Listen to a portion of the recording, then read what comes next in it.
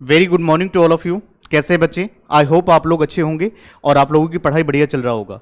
तो जैसे कि हम लोगों ने लास्ट क्लास में सीए फाउंडेशन की अगर हम बात करें बिजनेस इकोनॉमिक्स की, तो सबसे पहले हमने चैप्टर नंबर फर्स्ट हमने कराया था, जिसके अंदर मैंने सारा आपको करा रखा ऑलरेडी। और मैंने ये कहा है कि आईसीएआई के पीछे जो बैक क्वेश्चन पेपर है, एमसीक्यूज, सारे आपको करना है, which are very very most important for exam perspective. तो जो मैंने ऑलरेडी कॉन्सेप्ट करा रखा, अगर आपने एक बार उसको गो थ्रू कर लोगे तो सारे क्वेश्चंस आपका ऑलरेडी बन जाएगा। अगर नहीं बनेगा तो लास्ट में मैं मैराथन में सारे जितने भी चैप्टर्स आपके, चैप्टर नंबर फर्स्ट हो गया, सेकंड हो गया, थ्योरी ऑफ प्रोडक्शन हो गया, कॉस्ट हो गया, मार्केट, सभी चैप्टर का मैं आपको बना दूंगा एक बार एमसीक्यूज का लिस्ट में बना करके आपको प्रोवाइड कर दूंगा। आज जो मैं स्टार्ट करने वाला हूं जो चैप्टर, उसका नाम है theory of demand and supply, which are very very important from exam perspective. तो चलिए हम लोग स्टार्ट करते हैं।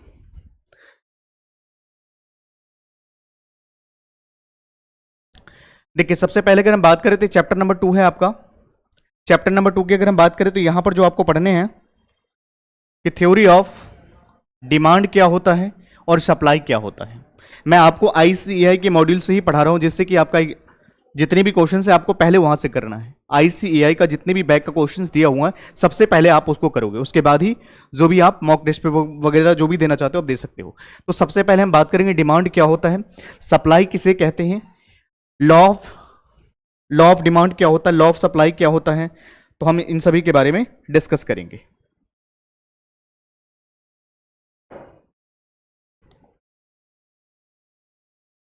चलिए जी,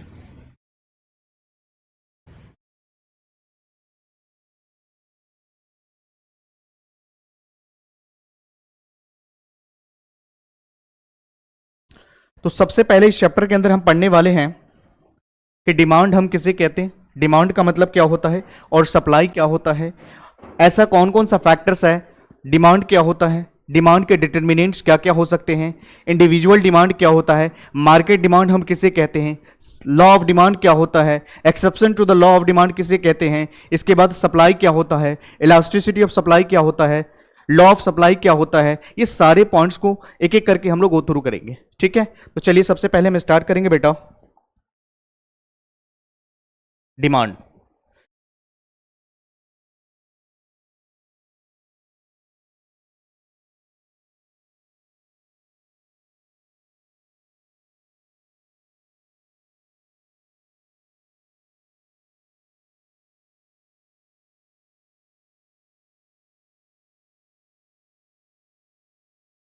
चलिए बेटा, सबसे पहले हम बात करेंगे कि वो डिमांड का मतलब क्या होता है, मीनिंग ऑफ डिमांड। हम डिमांड किसे कहते हैं, डिमांड का मतलब क्या होता है। तो डिमांड की अगर हम बात करें बेटा, तो डिमांड का मतलब होता है, सबसे पहले अगर हम बात करें, डिमांड को हिंदी में हम मांग कहते हैं। तो डिमांड का मतलब होता है quantity of a commodity, quantity of a commodity which a consumer is willing to buy, quantity of a commodity which a consumer is willing to buy at a given price at a given period of time is called demand of that commodities. Demand is a flow concept. Demand क्या होता है बेटा, flow concept होता है, क्योंकि हम इसकी study करते हैं over a period of time is called demand. तो डिमांड की अगर हम बात करें तो डिमांड फ्लो कॉन्सेप्ट होता है बिकॉज ऑफ, क्योंकि हम डिमांड की स्टडी करते हैं over a period of time, इसलिए हम डिमांड को कहते हैं फ्लो कॉन्सेप्ट। तो डिमांड की अगर बात करें तो यहां पर इसकी डेफिनेशन लिखी हुई है कि क्वांटिटी ऑफ अ कमोडिटी, आपको ध्यान रखना है, quantity of a commodity which a consumer is willing to buy at a given price at a given period of time is called demand of that commodity. Demand is a flow concept. चलिए, इसके बाद अगर हम यहां पर अगर बात करें, demand refers to quantity of goods and services buyer are willing to able and purchase for various price over a period of time। मैंने ऑलरेडी जो बताया है वही चीजें यहां पर लिखी हुई। उसके बाद अगर हम बात करें तो डिमांड का मतलब क्या होता है। चलिए, फिर अगर यहां पर अगर बेटा अगर हम बात करें कि डिमांड की अगर बात करें तो डिमांड जो होता है बेसिकली बेटा, इफेक्टिवनेस कब होता है, आपके डिमांड जो होता है इफेक्टिवनेस कब माना जाता है। तो डिमांड इफेक्टिवनेस होने के लिए क्या चीज की जरूरत होती है, हम पहले इसके बारे में बात करेंगे बच्चे।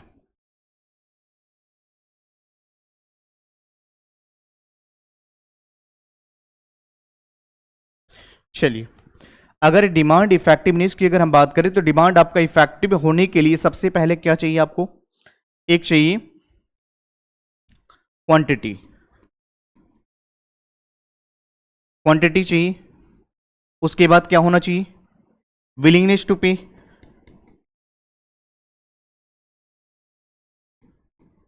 एबिलिटी टू पे, एबिलिटी टू पे, और इसके बाद क्या होना चाहिए बेटा? Period of time, period of time. तो यहां पर अगर हम बात करें बेटा, तो डिमांड की अगर हम बात करें तो डिमांड होने के लिए सबसे पहला एक क्वांटिटी होना चाहिए, एक प्राइस होना चाहिए, एबिलिटी होना चाहिए कंज्यूमर की, विलिंगनेस टू पे होना चाहिए।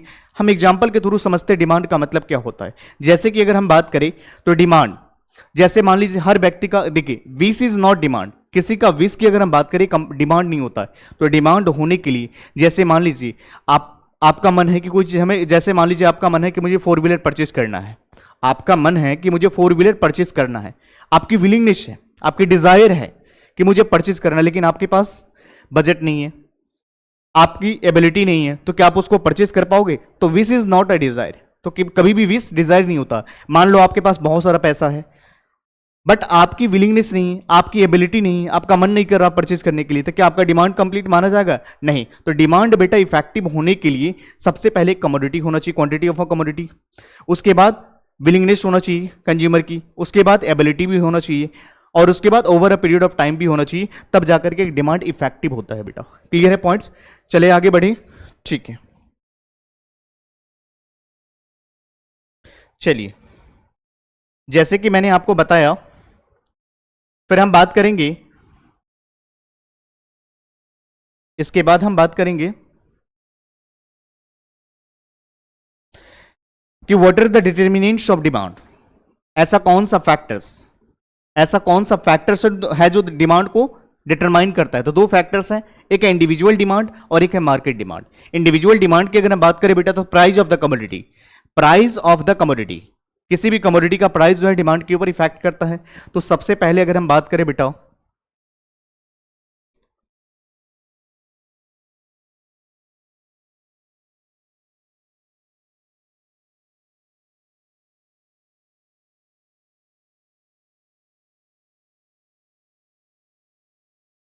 यहां पे देखो, सबसे पहला क्या है? Price of the commodity.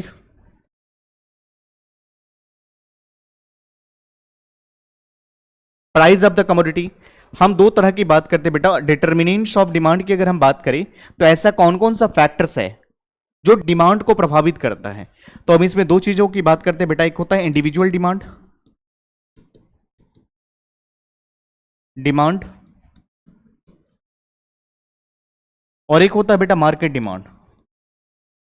एक को बोलते हैं मार्केट डिमांड, एक को क्या बोलते हैं? Market demand. क्लियर है पॉइंट्स? इंडिविजुअल डिमांड की अगर हम बात करें तो price of the commodity, price of the commodity, उसके बाद price of related commodities. Price of the commodity, किसी भी कमोडिटी का प्राइस जो है डिमांड को बहुत ज्यादा इफेक्ट करता है, सबसे पहला प्राइस ऑफ द कमोडिटी। उसके बाद हम बात करते हैं प्राइस ऑफ रिलेटेड कमोडिटी। बेटा जब रिलेटेड गुड्स की अगर हम बात करते हैं तो एक होता है सब्स्टिट्यूट गुड्स और एक होता है complementary goods. Substitute goods are those goods which provide similar level of satisfaction, is called substitute goods. Say for example Coke and Pepsi, Coke and Pepsi ये दोनों क्या है बेटा? सब्स्टिट्यूट गुड्स है।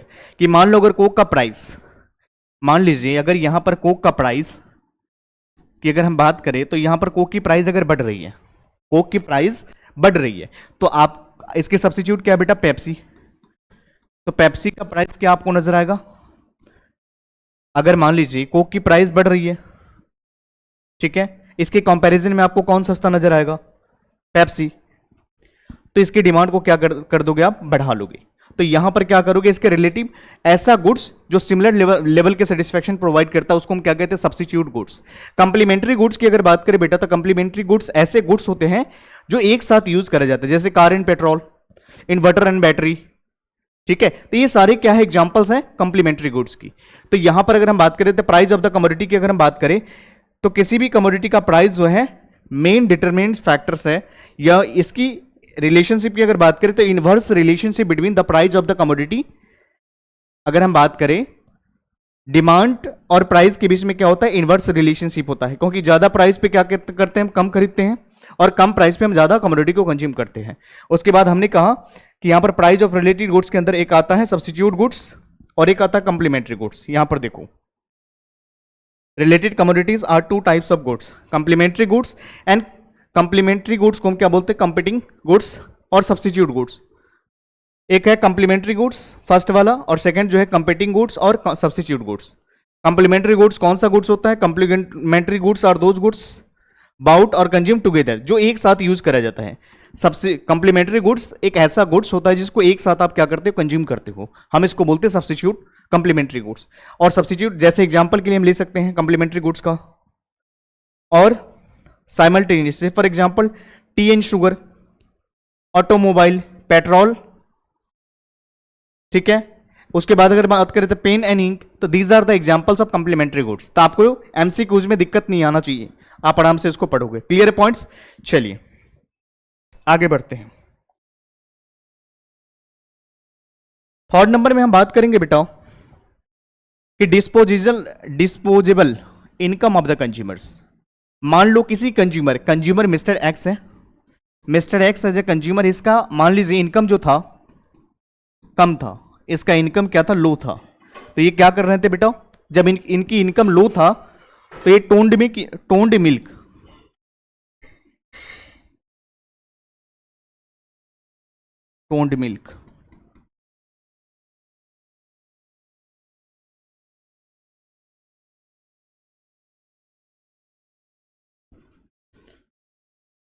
जैसे यहां पर कंज्यूमर जो है मिस्टर एक्स है, इसका इनकम जो है पहले कम था, तो ये क्या कर रहे थे, टोन्ड मिल्क यूज कर रहे थे, और इसका इनकम क्या हो गया बेटा, इनकम इनकी इंक्रीज कर गई, तो ये कहां पर शिफ्ट कर गया बेटा, फुल क्रीम। सुनो, डिस्पोजेबल इनकम की अगर हम बात करें कंज्यूमर्स की, तो यहां पर बात करी जाती है बेटा कि अगर मान लीजिए मिस्टर एक्स है, इसका इनकम कम था, तो ये क्या कर रहे थे, टोन्ड मिल्क का यूज कर रहे थे। जैसे जैसे इनका इनकम बढ़ा तो लाइफ स्टैंडर्ड ऑटोमेटिक चेंज हो गया बेटा। तो यहां पर अगर हम बात करें कि इनकम ऑफ द कंज्यूमर, तो किसी भी कमोडिटी की डिमांड की अगर बात करें बेटा, तो किसी भी कमोडिटी की डिमांड जो है, इनकम ऑफ द कंज्यूमर की इनकम जैसे जैसे बढ़ेगी, लाइफ में इंप्रूवमेंट आना शुरू हो जाएगा बेटा। तो ये क्या है, इनकम ऑफ द कंज्यूमर, ये भी जो है डिमांड को इफेक्ट करता है। चलिए बढ़ते हैं आगे। फिर आगे हम बात करेंगे बेटा फोर्थ पॉइंट पे। चलिए, taste and preferences of the consumers. Consumer का टेस्ट, बायर का टेस्ट हो गया, प्रेफरेंसेस हो गया, किसी भी कमोडिटी को अफेक्ट करता है। अगर मान लीजिए किसी कमोडिटी को लेकर के मान लीजिए उनका टेस्ट अगर मान लीजिए स्ट्रांग है, तो जैसे भी करके वो चीज कंज्यूम करेंगे ही करेंगे बेटा। जैसे अगर हम आपको एग्जांपल के थ्रू समझाने का प्रयास करें बेटा, टेस्ट एंड प्रेफरेंसेस को कैसे इफेक्ट करता है डिमांड को, तो आप लोगों ने लॉकडाउन को फेस किया होगा, और लॉकडाउन के टाइम पे क्या हुआ करती थी बेटा, लोग ज्यादातर उस टाइम पे खाने की चीज कम स्टॉक करते थे, और जो भी हैबिचुअल पर्सन जो हुआ करते थे, जिनको एडिक्शन था चीजों का कंज्यूम करने का, तो उन लोगों ने क्या करा, स्टॉक करना शुरू कर दिया। तो यहां पर किसी भी कंज्यूमर की टेस्ट हो गया, प्रेफरेंसेस हो गया, ये भी किसी भी कमोडिटी को डिमांड को अफेक्ट करता है। तो डायरेक्टली जैसे उसका अगर टेस्ट ज्यादा स्ट्रांग होगा, तो कहीं ना कहीं वो चीज ज्यादा कंज्यूम करेगा। तो अगर बात करें demand for a commodity also depends upon the taste and preferences of the buyer. Buyer का टेस्ट की बात करें और अगर प्रेफरेंसेस की बात करें, तो ये भी डिमांड को डायरेक्टली इनडायरेक्टली इफेक्ट करता है। क्लियर है पॉइंट्स। उसके बाद अगर हम बात करें बेटा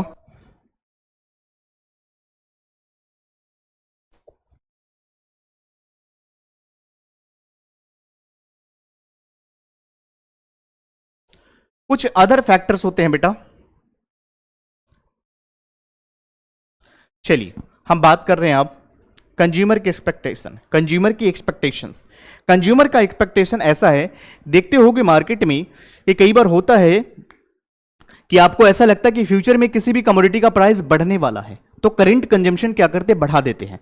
मार्केट में देखते होगे आप, बिजनेसमैन वगैरह जो होते हैं, कई बार उनको लगता है कि इस गुड्स का प्राइस मार्केट में इंक्रीज करने वाला है, ये इंक्रीज हो चुका है, तो बिजनेसमैन क्या करते हैं, उन सामान को होल्ड कर लेते हैं, और जब मार्केट की कंडीशन जब हाई होती है, उस कंडीशन में क्या कहते हैं, जब कस्टमर आते हैं तो उनको कहते हैं बेटा अभी स्टॉक हमारे पास नहीं अवेलेबल है, खत्म हो गया, और वो स्टॉक रखे होते हैं, और जैसे ही उनको पता चलता है कि मार्केट में इसकी प्राइस हाई हो चुकी है, फिर वो सामान निकालना शुरू कर देते हैं। तो अगर सिंपली अगर मैं बताऊं बेटा कि कंज्यूमर की एक्सपेक्टेशन, तो कंज्यूमर का एक्सपेक्टेशन क्या होता है कि जब कम प्राइस होता है तो किसी कमोडिटी को ज्यादा कंज्यूम करते हैं, या कंज्यूमर को ऐसा लग रहा है कि देखो फिर से लॉकडाउन की सिचुएशन कहीं आ सकती है, कुछ ऐसी परिस्थिति में उनको लगता है कि नहीं इस चीज का प्राइस बढ़ने वाला है, तो करंट कंजम्पशन को बढ़ा लेते हैं।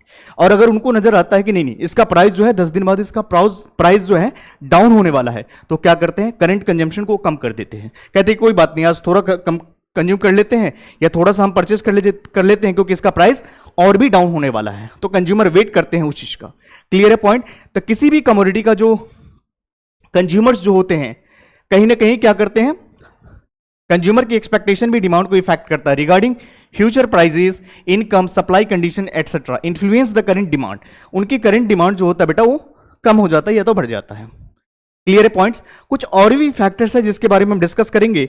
अदर फैक्टर्स, कुछ अदर फैक्टर्स है जैसे कि size of population, age distribution of population, the level of national income of and its distribution, consumer credit facility, interest rate. ये सारे के सारे क्या बेटा अदर फैक्टर्स हैं। ये अदर फैक्टर्स भी डिमांड को इन्फ्लुएंस करता है। जैसे अगर बात करें साइज ऑफ पॉपुलेशन, किसी कमोडिटी की अगर पॉपुलेशन भी डिमांड को इफेक्ट करता है बेटा। जैसे अगर हम बात करें किसी कमोडिटी में, मान लो ओल्डेस्ट पर्सन की ज्यादा अगर कमोडिटी में ज्यादा पर्सन रह रहे हैं, अगर साइज की अगर हम बात करें तो किसी कमोडिटी में या किसी कॉलोनी में अगर हम बात करें तो पॉपुलेशन की साइज ओल्ड पर्सन का ज्यादा है, तो वहां पर उन चीजों की डिमांड ज्यादा होगा जो वो लोग डिमांड करेंगे। अगर मान लीजिए यंगस्टर है तो उनके डिमांड क्या होगा, जींस का होगा, या यंगस्टर का डिमांड कुछ और ही हो सकता है। ठीक है, तो फैशन भी और साइज की, किसी भी कमोडिटी की साइज भी जो है ना डिमांड को इफेक्ट करता है। Age of distribution of population, if the larger proportion of people belongs older age groups, relatively younger age groups, there will be increase the demand for geriatric care services, spectrals, walking sticks। तो यहां पर अगर हम बात करें, similarly अगर बात करें, यहां पर यह बताया गया कि जिस कैटेगरी के लोग जिस कमोडिटी में रह रहे हैं तो कहीं ना कहीं कैटेगरी के लोग भी डिपेंड करते हैं और डिमांड को प्रभावित करते हैं, ये डायरेक्टली इफेक्ट करते हैं। उसके बाद level of the national income of the level of national income and its distribution, तो ये भी डिमांड को अफेक्ट करते हैं। इसके अलावा अगर हम बात करें बेटा तो क्रेडिट फैसिलिटी जो है ये भी डिमांड को क्या करता है, इफेक्ट करता है। तो मैंने सबसे, अगर अभी तक की बात को मैं सम अप करूं बेटा, तो मैंने क्या बताया, सबसे पहले डिमांड क्या होता है। तो डिमांड के बारे में मैंने बताया कि डिमांड का मतलब होता है, हिंदी में हम उसको मांग कहते हैं। डिमांड का मतलब मांग होता है। और डिमांड की बात करें तो quantity of a commodity which a consumer is willing to buy at a given price at a given period of time is called demand of that commodities। Demand एक फ्लो कॉन्सेप्ट होता है बेटा, क्योंकि demand की study हम period of time पे करते हैं। फिर एक बात और मैं आपको बताने का प्रयास कर रहा हूं बेटा कि डिमांड की अगर हम बात करें तो डिमांड जो है एक कंज्यूमर करता है। डिमांड कौन करता है, यहां पर नोट करो, डिमांड की बात करें बेटा तो डिमांड कौन करता है, एक कंज्यूमर करता है।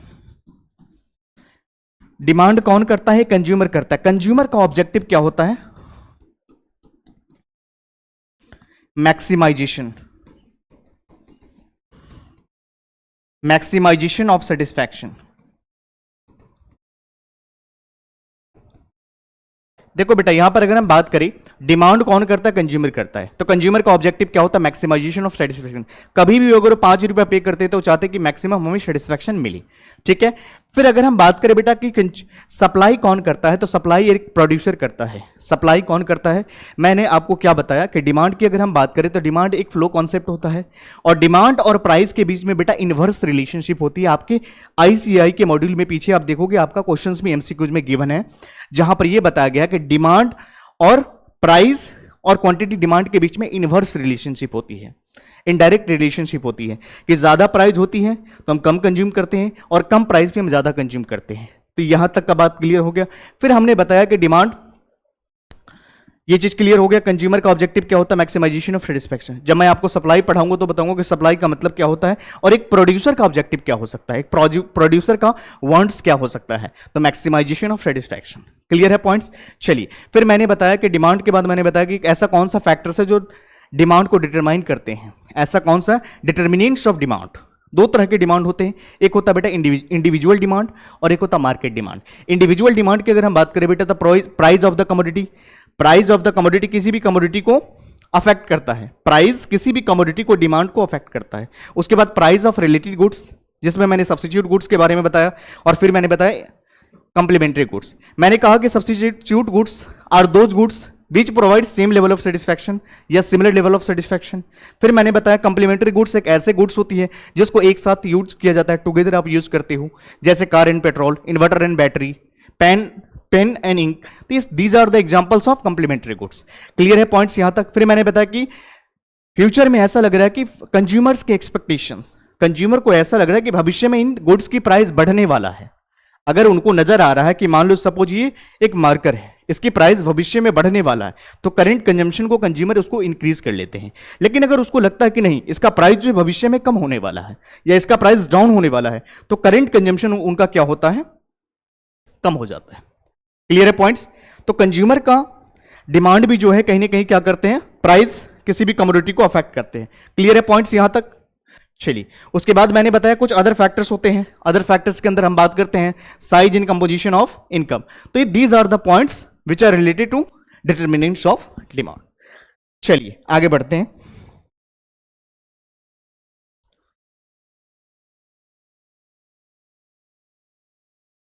फिर बेटा हम अगर बात करेंगे demand, the demand, law of demand. Law of demand क्या कहता है? देखो, लॉ ऑफ डिमांड किसने डिफाइन करा था? Professor Alfred Marshall. तो आपके एग्जामिनेशन में क्वेश्चंस आ सकता है कि लॉ ऑफ डिमांड का डेफिनेशन किसने दिया था? तो अल्फ्रेड मार्शल ने दिया था। पहला क्वेश्चन, आप ये बताओगे लॉ ऑफ डिमांड का मतलब क्या होता है? लॉ ऑफ डिमांड का मतलब होता है मांग के नियम।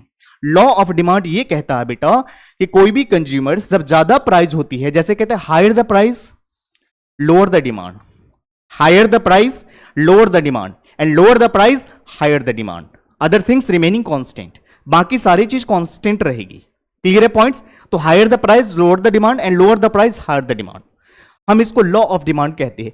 कहने का मतलब यह है कि एक कंज्यूमर जब कम प्राइस होती है तो ज्यादा कमोडिटी को कंज्यूम करना चाहते हैं, और जैसे ही प्राइस उसका बढ़ता है तो कंज्यूमर अपनी कंजम्पशन को कम कर देते हैं। तो हम इसको लॉ ऑफ डिमांड कहते हैं बेटा।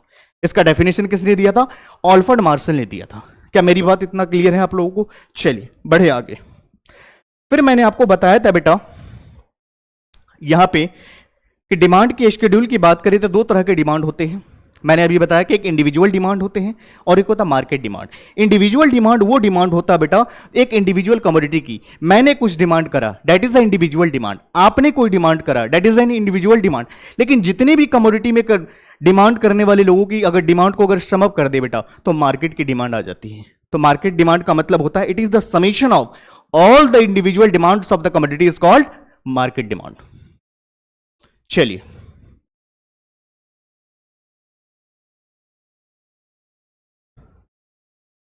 देखिए, मैं थोड़ा सा आपको कुछ पॉइंट बताने के प्रयास कर रहा हूं बेटा। यहां पर देखेंगे आप, मैं डिमांड की शेड्यूल के माध्यम से, डिमांड के टेबल के माध्यम से मैं समझाने का प्रयास कर रहा हूं कि देखो कंज्यूमर का क्या साइकोलॉजिकल होता है, इन्फ्लुएंस कैसे होते कंज्यूमर्स। देखो यहां पर बेटा, यहां पर क्या है, प्राइस पर कप ऑफ आइसक्रीम, और यहां क्वांटिटी ऑफ आइसक्रीम डिमांडेड पर वीक। देखो जब प्राइस क्या था, 60 रुपया था, जब प्राइस 60 रुपया था तो कंज्यूमर क्या कर रहे थे, 0 कप कंज्यूम कर रहे थे, क्योंकि प्राइस उनको ज्यादा नजर आ रही है।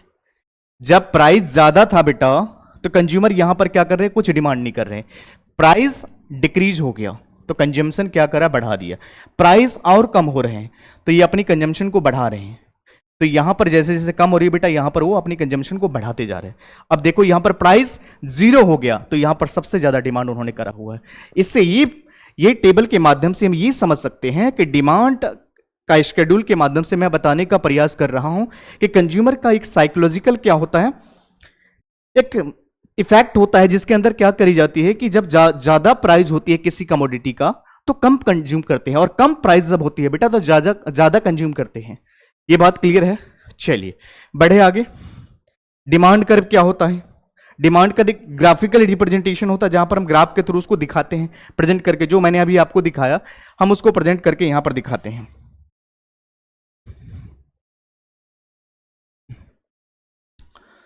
चलिए बेटा यहां पर देखिए, ये क्या है, मार्केट डिमांड है। मैंने क्या करा, ओ एक्स एक्सिस पे हमने क्या लिया, क्वांटिटी ऑफ आइसक्रीम, जो मैंने अभी आपको बताया बेटा, क्वांटिटी ऑफ आइसक्रीम को ओ एक्स एक्सिस पर आपने लिया और यहां पर ओ वाई एक्सिस पे प्राइस ले लिया और उसको आपने ड्रॉ कर दिया, तो ये क्या हो गया, डिमांड कर्व हो गया बेटा। क्लियर है पॉइंट्स? अब मैंने बताया दो तरह के डिमांड होते हैं, एक होता है इंडिविजुअल डिमांड और एक होता है मार्केट डिमांड। यहां तक के पॉइंट्स क्लियर है? बढ़े आगे, चलिए। मार्केट डिमांड में क्या होता है बेटा, यहां पर हम समेशन करते हैं सभी का। देखो मार्केट डिमांड के अंदर क्या होता है, यहां पर कमोडिटी ए है, कमोडिटी बी है, इन दोनों की डिमांड को हम क्या करते हैं, सम करते हैं। मैंने अभी अभी आपको बताया कि मार्केट डिमांड में क्या होता है, कमोडिटी ए है और कमोडिटी बी है, दोनों को अगर सम कर दोगे तो आपका क्या आ जाएगा, मार्केट डिमांड। क्लियर है पॉइंट्स? तो यहां पर मार्केट डिमांड हमने करा है। चलिए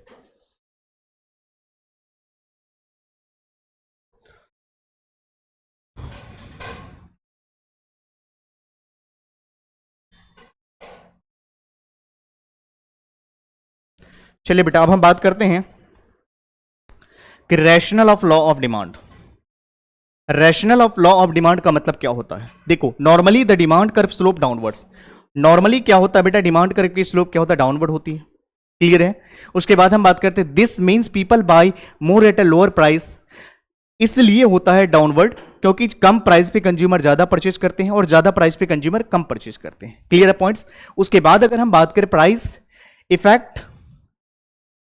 effect of fall in the price, देखो यहां पर the price effect which indicate the way of consumers purchase the good of X changes when the price changes it the sum two components, एक होता substitution effect और एक होता income effect. Substitution effect का definition किसने दिया था बेटा, तो हिक्स एंड एलन ने दिया था। Explain the law in the terms of substitution effect. Substitution effect का मतलब क्या होता है, सब्सटीट्यूशन इफेक्ट और इनकम इफेक्ट के बारे में हिक्स एंड एलन ने डेफिनेशन दिया था। The substitution effect describe the change in demand for a product when it's relative price changes. जब यहां पर प्राइस चेंज होने के कारण से अगर डिमांड में बदलाव आता है बेटा, तो हम उसको क्या कहते हैं, substitution effect. These are called substitution effect. उसके बाद अगर हम बात करें बेटा यहां पे, when the price of the commodity falls the price ratio between the item changes, it becomes relatively cheaper other commodity, assuming price of the other commodities remaining constant. It includes consumer substitutes.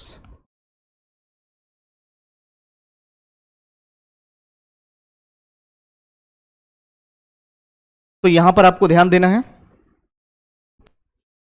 कि commodity whose price fall in other commodity has now becomes relatively expensive, that total demand for a commodity whose price has been fallen increase. This is called substitution effect. यहां पर अगर बात करें तो goods are closer substitute, there will be lower cost switch substitute goods। और उसके बाद अगर हम बात करें बेटा, एक होता है इनकम इफेक्ट। इनकम इफेक्ट का मतलब क्या होता है, इंक्रीज इन डिमांड, यहां पर डिमांड आपका बढ़ रहा होता है, increase in demand on account of increase in real income is known as income effect. Increase in demand on account of increase in real income when the price of the commodity falls. When the price of the commodity falls, consumer can buy the same quantity of the with the lesser money. देखो basically यहां पर क्या बताया गया है, income effect का मतलब ये होता है कि जब किसी कमोडिटी का, जैसे मान लीजिए पहले आपके पास 100 रुपया था और किसी कमोडिटी का प्राइस ज्यादा था, प्राइस क्या था बेटा, ज्यादा था। अब 100 रुपये में उस टाइम पे क्या कर रहे थे, आप कम कमोडिटी को परचेस कर पा रहे थे। लेकिन अब क्या हुआ है, यहां पर क्या हुआ है, आपके पास जो पैसा जो है बजट उतना ही है, लेकिन यहां पर प्राइस कम होने की वजह से अब हम क्या कर रहे हैं, 100 रुपये में हम ज्यादा चीज खरीद पा रहे हैं बेटा, हम इसको क्या कहते हैं, इनकम इफेक्ट। तो यहां पर यही बताया गया है कि the increase in the demand on account of increase in real income is known as income effect. When the price of the commodity falls, किसी कमोडिटी का अगर प्राइस अगर कम हो जाती है, मैं प्राइस की बात कर रहा हूं, अगर कम ज्यादा होती है इस कंडीशन में, तो क्या करते हैं बेटा, consumer buy the same quantity, उसी क्वांटिटी में of the commodity with the lesser money कम हो चुकी है, और buy can more of same commodities with the same amount और मनी, उतना ही पैसे में वो ज्यादा खरीद पा रहे हैं। जब प्राइस मान लीजिए किसी कमोडिटी का ज्यादा था तो उसी पैसे से हम कम कमोडिटी को कंज्यूम कर पा रहे थे, लेकिन जब उस कमोडिटी का प्राइस कम हो गया, सेम अमाउंट में हम उससे ज्यादा खरीद पा रहे हैं, that is called income effect. तो यहां पर रियल इनकम की हम बात करते हैं। चलिए उसके बाद हम बात करते हैं utility maximisation behaviour of the consumers. एक बात को आपको ध्यान रखना है, मैं आपको आगे बताऊंगा कि यूटिलिटी का मतलब क्या होता है। यूटिलिटी को हम क्या कहते हैं इकोनॉमिक्स के अंदर, तो यूटिलिटी का मतलब होता है one satisfying power of the commodity is called utility. मैंने बताया था बेटा कि यूटिलिटी को मेजरमेंट करने के लिए हमारे पास दो अप्रोचेज होते हैं, एक होता कार्डिनल अप्रोच और एक होता ऑर्डिनल अप्रोच। कार्डिनल अप्रोच किसने दिया था, तो कार्डिनल अप्रोच अल्फ्रेड मार्शल ने दिया था। ऑर्डिनल अप्रोच किसने दिया था, जी आर हिक्स एंड एलन ने दिया था। कार्डिनल अप्रोच के अंदर हम क्या करते हैं, यूटिलिटी को मेजर कर सकते हैं in terms of money, utils. और ऑर्डिनल अप्रोच के अंदर बेटा हम क्या करते हैं, रैंक देते हैं, वहां पर हम ऑर्डर्स देते हैं, प्रेफरेंसेस देते हैं। रैंक का मतलब हाई या लो, क्लियर पॉइंट्स। तो यहां पर कोई भी कंज्यूमर जो है बेटा उसका ऑब्जेक्टिव क्या होता है, maximisation of satisfaction, arrival of new consumers. अगर मार्केट में मान लीजिए किसी कमोडिटी का प्राइस कम होने की वजह से, मार्केट में किसी कमोडिटी का प्राइस कम होने की वजह से या ज्यादा होने की वजह से जो मार्केट में जो इफेक्ट आता है that is called new arrival of new consumers. मान लो अगर कमोडिटी मार्केट में क्या हुआ, किसी कमोडिटी का प्राइस कम हो गया तो नए बायर्स भी जो है कहीं ना कहीं मार्केट को इफेक्ट करेगा, नए बायर भी मार्केट को इफेक्ट करेगा। उसके बाद हम बात करते हैं बेटा डिफरेंट यूजेस। तो डिफरेंट यूजेस की भी हम बात करते हैं, और भी कुछ इसके अलावा यूजेस हैं। चलिए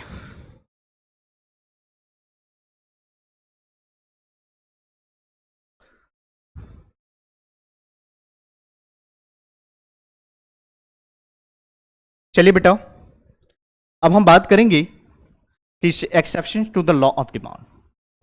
देखो बेटा exception to the law of demand की अगर हम बात करें तो लॉ ऑफ डिमांड जो होता है ना उसका जस्ट अपोजिट होता है। लॉ ऑफ डिमांड ये कहता है कि जब किसी कमोडिटी की प्राइस कम होती है तो हम ज्यादा कंज्यूम करते हैं, किसी कमोडिटी का प्राइस कम होने की वजह से हम ज्यादा डिमांड करते हैं, और प्राइस अगर ज्यादा होती है तो कमोडिटी की डिमांड हम कम कर देते हैं। बट यहां पर उल्टा होता है, प्राइस बढ़ने की वजह से भी क्या होते हैं, डिमांड यहां पर बढ़ते हैं।